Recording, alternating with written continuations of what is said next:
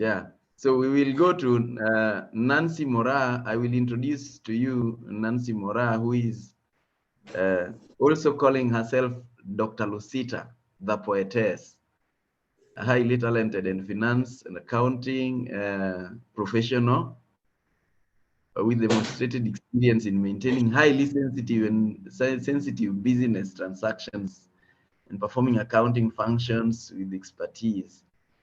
She's very happy to have joined us also through a recommendation of her friend. And she's been inspired and told me she looks forward for a day she will also be sharing her story. I love especially the poem beat. I'm a poet, for some people who may not know. I love poems. I've been in love with poems for a long time. And if you read my book, The Live Your Dream in 7 Ds, you'll see some poems from the beginning. Like, if only I know where I'm going, then no one will hold my loin. For in my favor, even the winds will blow. And to achieve it, my ability will grow, so long as I know where I'm going. That was written in 2017. So I'm excited to introduce to you Moraa. Please pick it up and share with us. Good morning. Good morning. Good morning. Good morning. How are you? I'm well. So I think I'll just start it off. More often, not as usual though, my rhythmic antenna is ever southern oriented. Let us just say life hasn't orchestrated streamlined beats for my dance. But being born and raised in the farthest end of southern Nyanza is a story to tell by itself. They were young. They still are the youngest beautiful human beings I know. My parents, my pillars, my everyday reference point. And I think they are here though to say hi. My mother was 17 and my mother was 20, quite young. Whatever transpired into creating an amazing human being like me is just a tale to tell. I may have been born at night, but surely and sincerely, I wasn't born last night. My name is Nancy Moraa. They do call me Dr. Lucita because it does matter. I'm just a poet. And this is my beautiful story, my beautiful beginning story. For the longest time in our village, it holded me as a cradle. My village is rich in culture. It has always been. I am so cultural, I still am. So one morning, when I stood by the ridge of the hill, I pierced far beyond the mountains and the hills as emotions churned through my heart. Tears of happiness gripped over me. It was my first time to be in a town. It is a small town, but we still call it a town. I was joining Form 1. Everything was fascinating. My classmates' eloquence was mesmerizing until the third day when the teachers came to class. There is this one specific teacher, her name was Joy. But let me tell you, her demeanor did not reflect her name at all. There was nothing to be joyous about at that moment. But deep down, the joy of being in a boarding school couldn't deter my happiness. After all, we all create our happiness, don't we? She asked which school each one of us came from. Let us take a moment back and retaliate. Humble beginnings can really humble you. Your surrounding, your ambience, your environment might actually make you feel like the most useless being on earth. Unlike others in the same room, I came from the most rural of the schools that you've never heard of. I'm sure even Paul here can take centuries to pronounce the name. Let me save you the hassle. I am a villager. I'm the only one who knows. You see, what had happened is the mother of the grandmother of the sister of the friend of the relative of my uncle, of the chief, pulled a few strings and I got admitted. Despite the fact that they laughed, I knew deep down what I wanted. I knew where I came from. Submit and yet surrender. Yes. The immensity of pain and agony of being seen as a tail in that class propelled my success today. Though I was the best in my village in spoken English, imagine. And in performance, I felt inferior. I felt disjointed. I tell you, I was grammatically displaced. 4 years later, the naive village girl emerged the best in the whole school, in the whole district, and got a provincial award for just starting a mathematics club. You may ask, how did this happen? I say, I held on to my beautiful beginning. 4 years later, through the university, I had the most amazing experience. After the honor of being given powers to read, it took me like forever to get a formal job. But one bright morning, I walked into the university's office and I told them, when you gave me education and I have nowhere to go, I told them, you may as well take your degree and keep it. Guess who does that? With whose courage? I say again, I knew where I came from. I knew who I was. I knew what I wanted. So I said, I know my tomorrow must be greater than today. And I said, I am one. I say, I may travel east and west, north to south, try going up and down, but I am one. My smile is no one's, neither is my race. My speech included, I am one. The beautiful me, uniquely energetic, out of this world, I am one. Blessed differently, gifted on my own, talented solely, they may look alike like me, but I am one. I definitely don't look like them, but they are never me. And just like that, I started my master's degree. I'm always getting off with it. I'm always finishing, and I'm always finishing my accounting certification. You may ask, how did this happen? I maintain my stint and say, I always hold on to my beautiful beginnings. So I want to ask you today, what is that beautiful beginning that you have?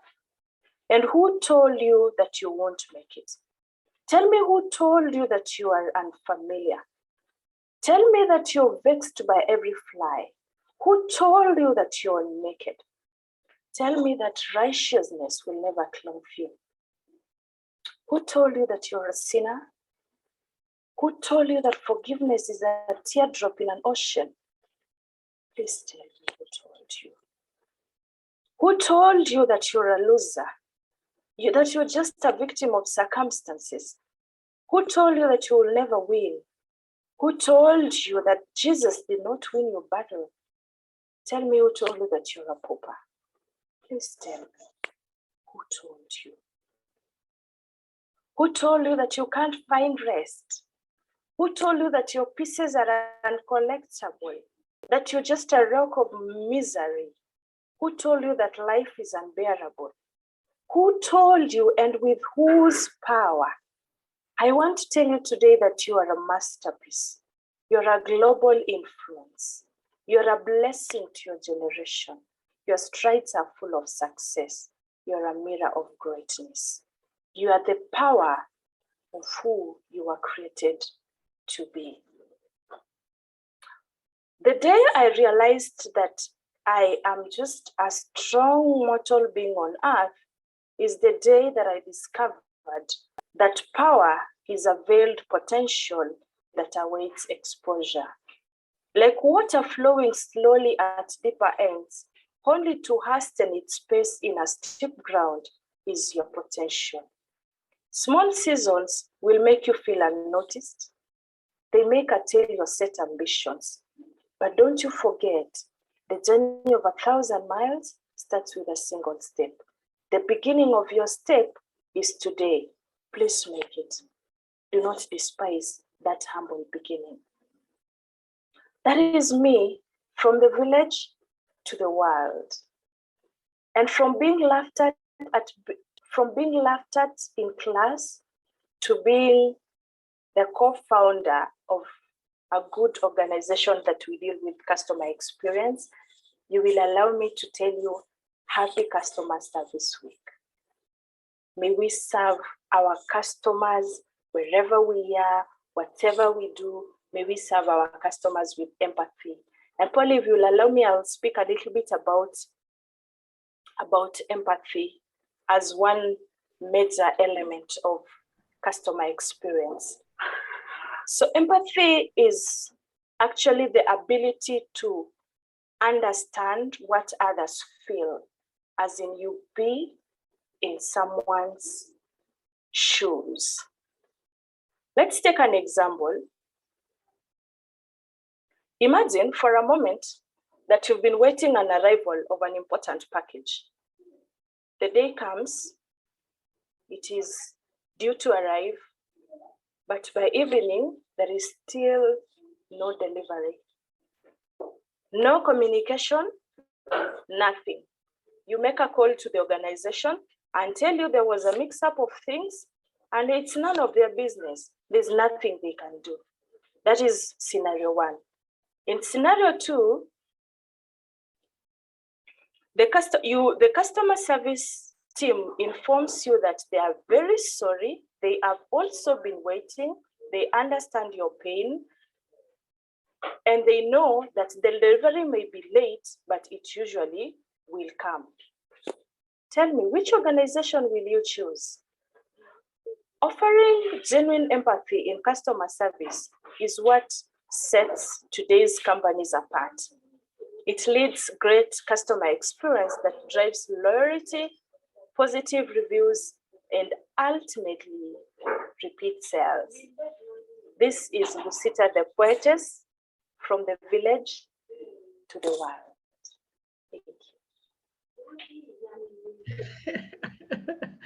Thank you. Thank you very much. Thank you very much. Yes. If you know where you're going, you had a dream.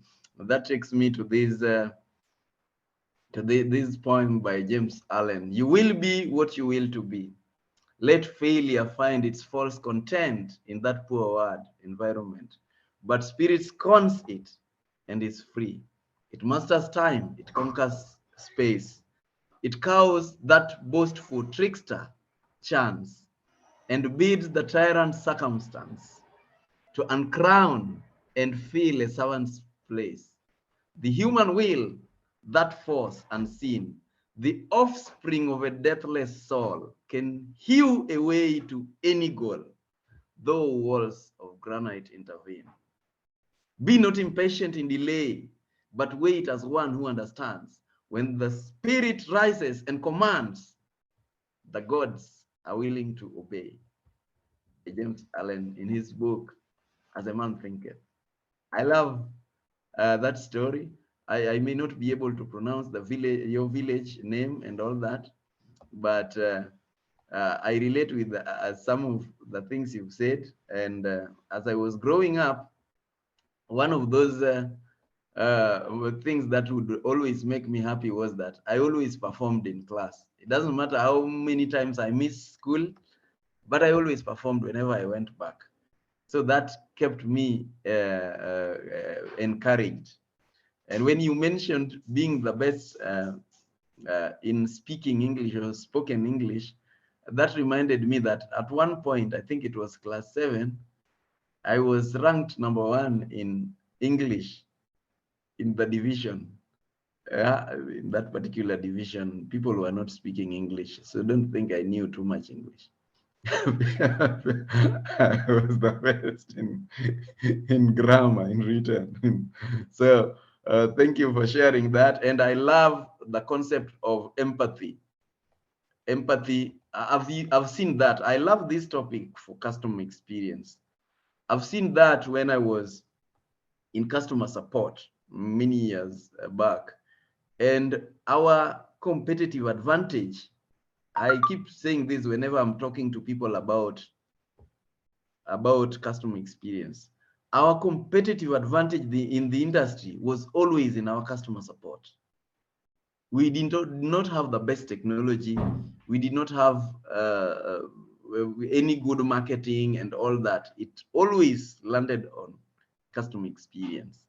And we were able to empathize with people, able to work with them, able to support them, and feel for them.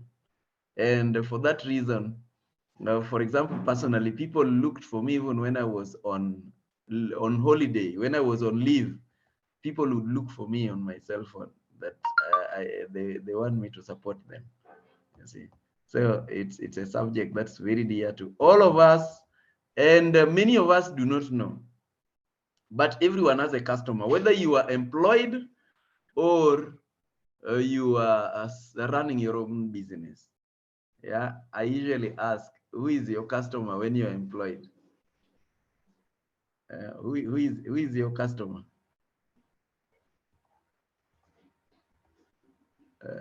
Anybody wants to speak about that? Yeah. So and as I said, I think I said this last week or something like that, that if you see a business struggling, there is always a problem with the customer service. There is a problem with either attracting or retaining customers or both. That is the way it works.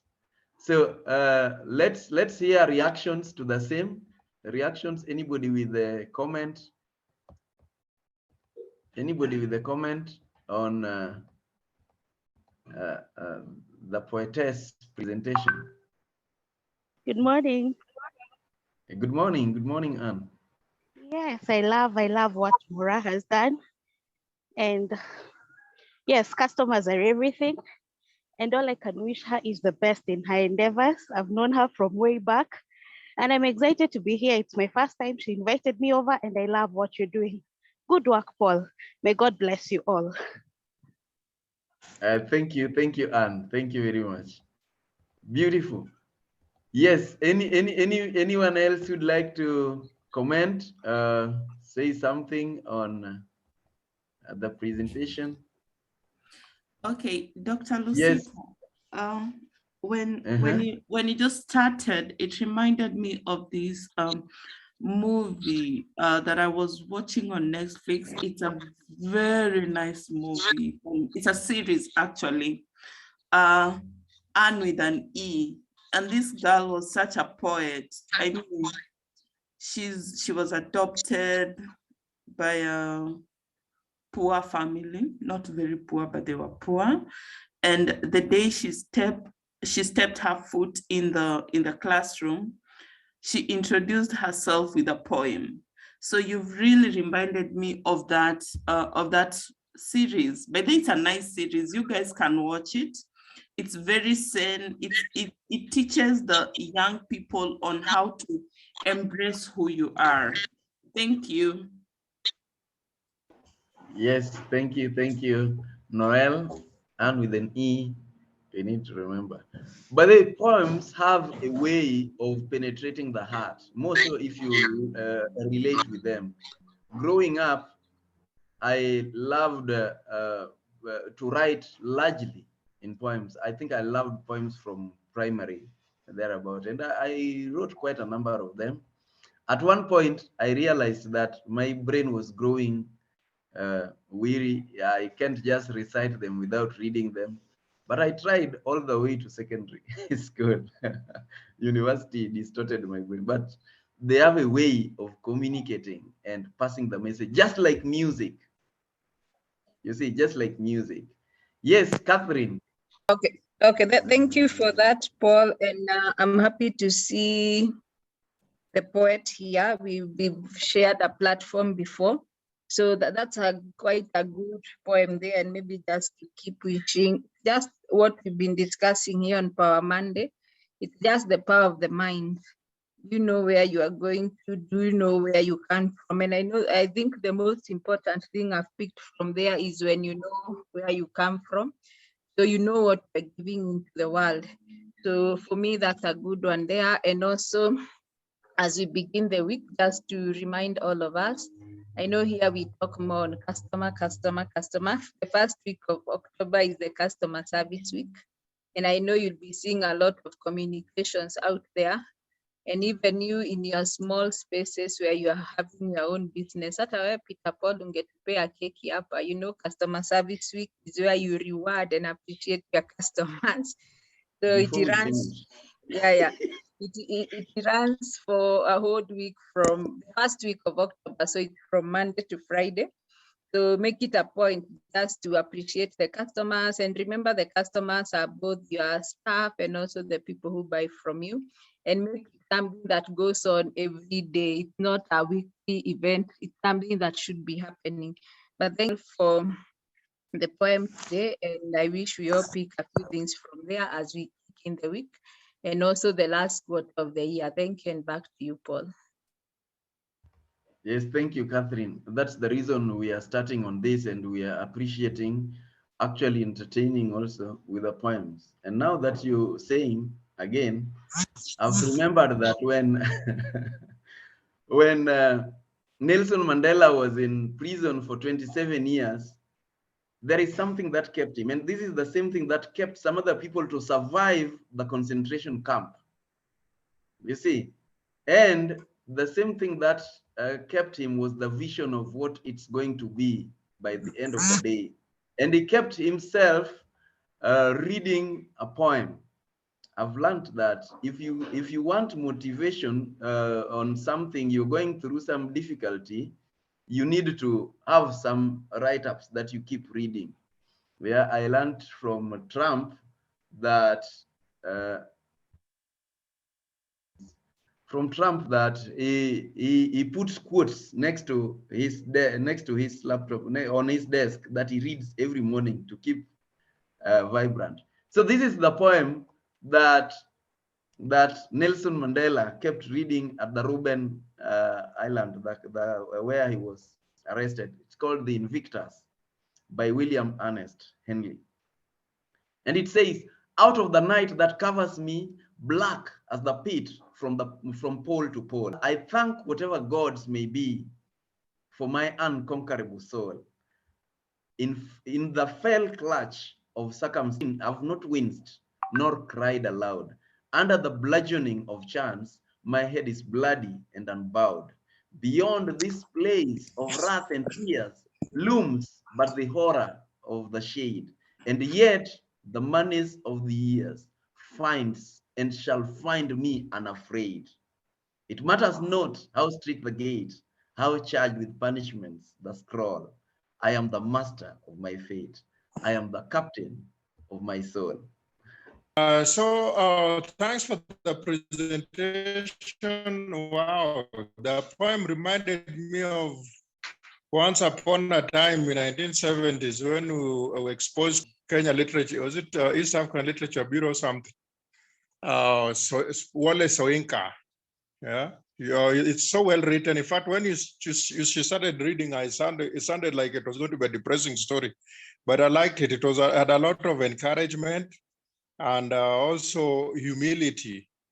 And at the end of the day, also the sense of achievement. You set a goal and you did going for it. And I think in any message, any message, any letter or any poem, there must be where you have a writer, you must have a reader, and you must have content. And I think you have a very good content. And in relating it to customer service for this week and wherever we are, I think it's important that we must always have that customer in mind in terms of what do we do, the link between our product, our services, and the customer. Customer is always right. They may be wrong, but you see, you need them. So when they're wrong, just talk to them nicely. And I like the approach that we have been shared, has been shared here. Thank you very much. Yes, thank you. The Ambolale, a veteran communications specialist. Thank you for that comment. Yes, I like what a previous speaker spoke about customer care, that you always have two groups of customers, the external customers and the internal customers. And the internal customers, who are your staff and yourself, will not be able to serve the external customers unless you take care of them. And you can take the example that, for example, you want to look smart, but you don't polish your shoes. So your shoes are your customer. You need to take care of your shoes so that you can look smart. Then you need to take care of when your customers feel that you have their best interests at heart, then they will always feel like the company is their home, and that any relationship they have with an outsider will be, they'll be representing the company as a family. So even if you're not there, they will have the heart, they'll have the company at heart. And somebody described how he would meet the same person in two different hotels, and the person had a completely different attitude in one hotel and the other. In one hotel, he was very non-caring and not interested. And in the other hotel, when he would meet him there, same job description, the person was very caring. So he discovered that it's because in the other place, the person never felt that the employer cared about him and he was just doing it for the sake. But in the other one, he felt part of the company, part of the hotel. And so he felt it was his personal responsibility to represent the company in the best light. And so the idea of the internal customer is extremely important. And yeah, so we've worked for organizations where there's a very, very low turnover. I once worked in a mission hospital where nobody wanted to leave, and yet the salary was so low. And when I began working there, I realized that the person in charge, our manager, our boss, our director, we used to have weekly meetings, and everybody's input was important. From the assistant nurse to the senior doctor, to the consultant, to the administrator, she would give all of them an ear. And when there was a funeral or something, it was very much a family atmosphere. She would go out of her way. If she couldn't make it to the funeral herself, all the way to the person's home, she would send a representative of the company. So everybody felt like they were part of a family. So it's not about the salary, though salary is important, but the way you make your internal customers feel will always reflect the way they treat the outsiders, and that will translate into the bottom line, that your profits will be high, because it will not be dependent on you being present and shouting at the staff and telling them what to do. So thanks for letting me share. Thank you very much. I love that story. It's a very nice one. I love stories. I teach a lot with stories. And one of the things that I pick from there, and this is something I love sharing, is that people need to know that we are in the same boat. If the boat sinks, everyone sinks. Yeah, I'm a fisherman. That was my first profession. And many times when we are in the lake, we would be 4 of us in the boat. So when Jesus talks of Peter and his companions, I want to assume they were around 4. Traditionally, there are about 4 people. And each one of us had a task. When it's moving the boat forward, there is somebody in charge of removing water that gets into the boat, and that was me. We would interchange at some point. There are 2 people who are rowing, 1 person directing the boat. So that is 4.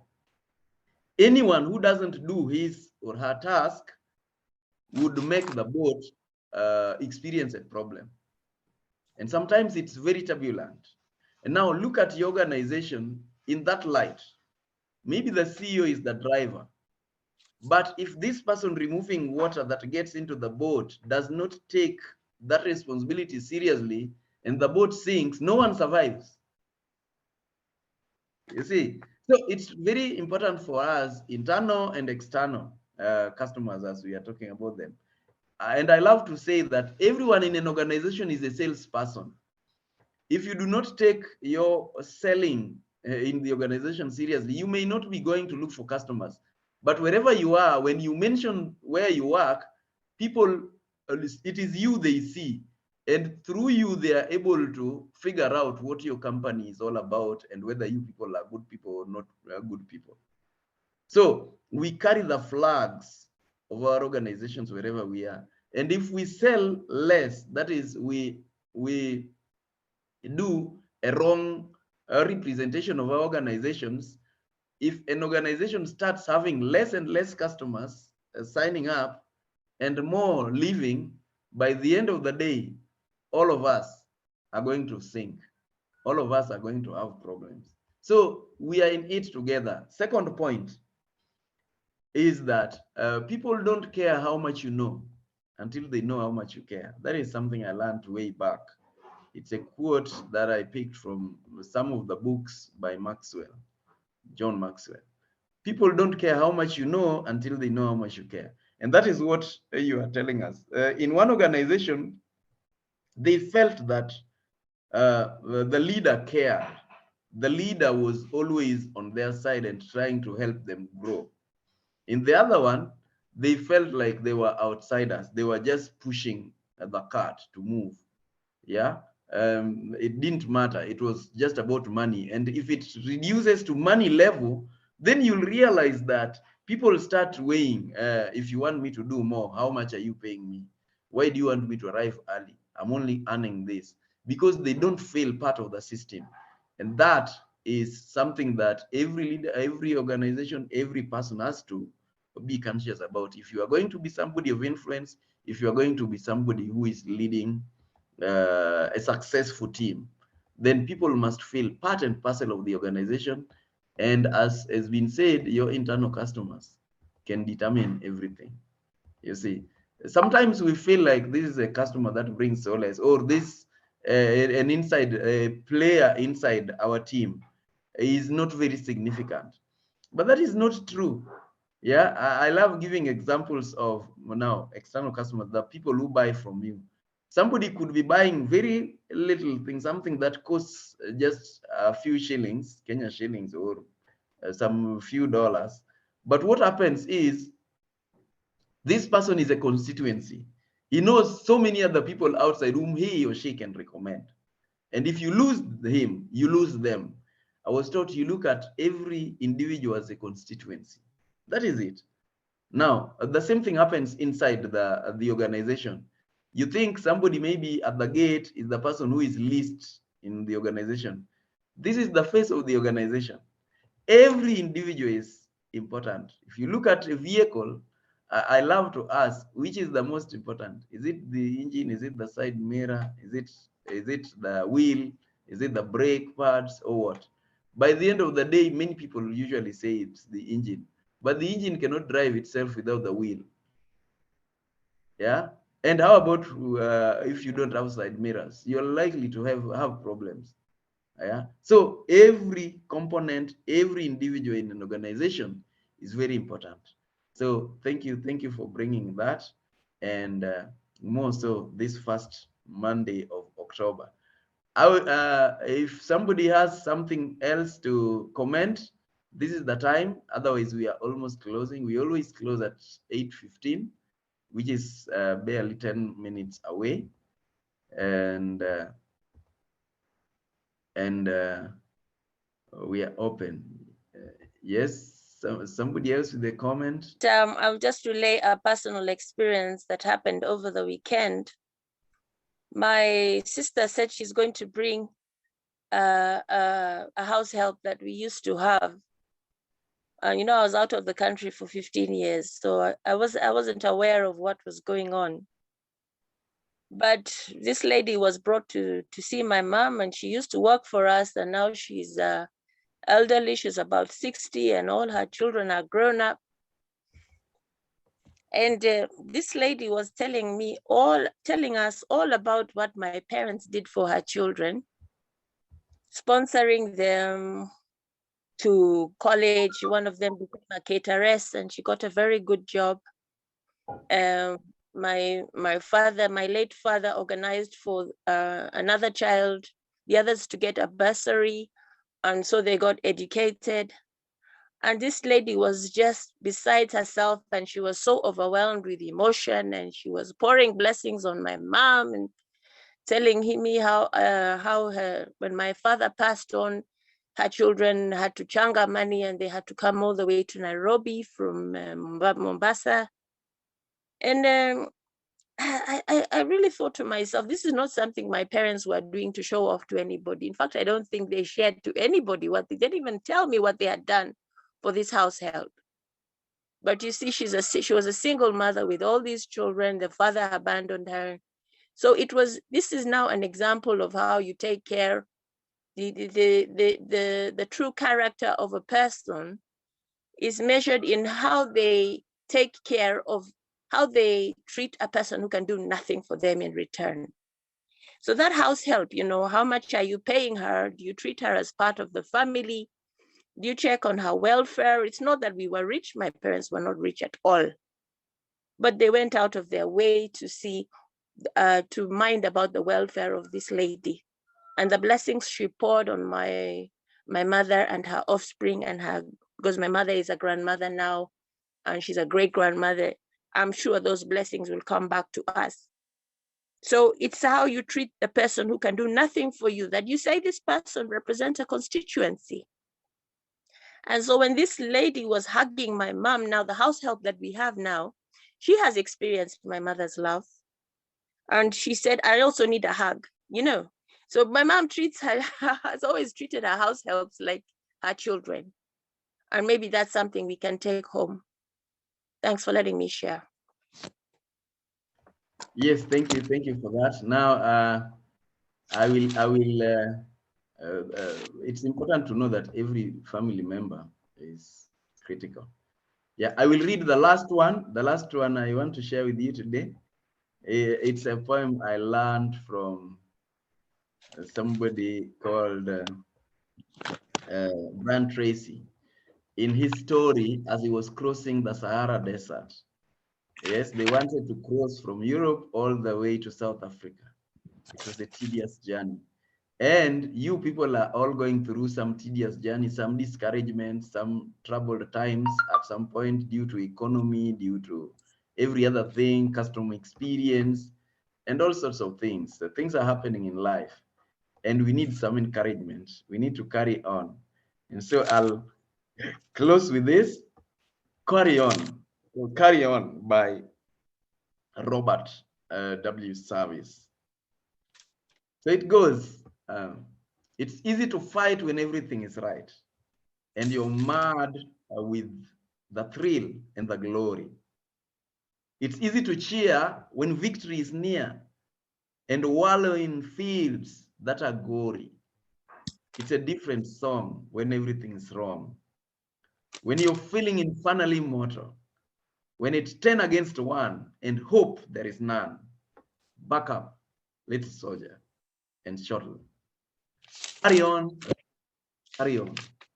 There isn't much punch in your blow. You're glaring and staring and hitting out blind. You're muddy and bloody, but never you mind. Carry on, carry on. You haven't the ghost of a show. It's looking like death, but while you have breath, carry on, my son, carry on.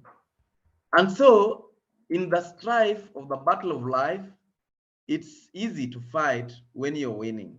It's easy to slave and starve and be brave when the dawn of success is beginning. But the man who can fight, who can meet despair and defeat with a cheer, there is the man of God's choosing. The man who can fight to heaven's own height is the man who can fight when he is losing. Carry on, carry on. Things never were looming so black, but show that you haven't a cowardly streak. And though you're unlucky, you're never a weak. Carry on, carry on. Brace up for another attack. It's looking like hell, but you never can tell. Carry on, old man. Carry on.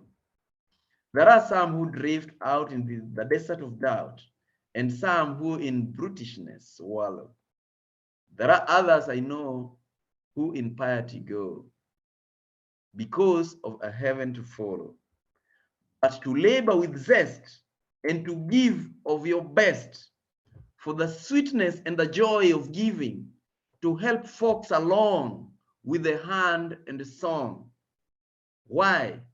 That there is the real sunshine of living. Carry on, carry on. Fight the good fight and true. Believe in your mission. Greet life with a cheer. There's a big work to do, and that's why you're here. Carry on, carry on. Let the world be the better for you.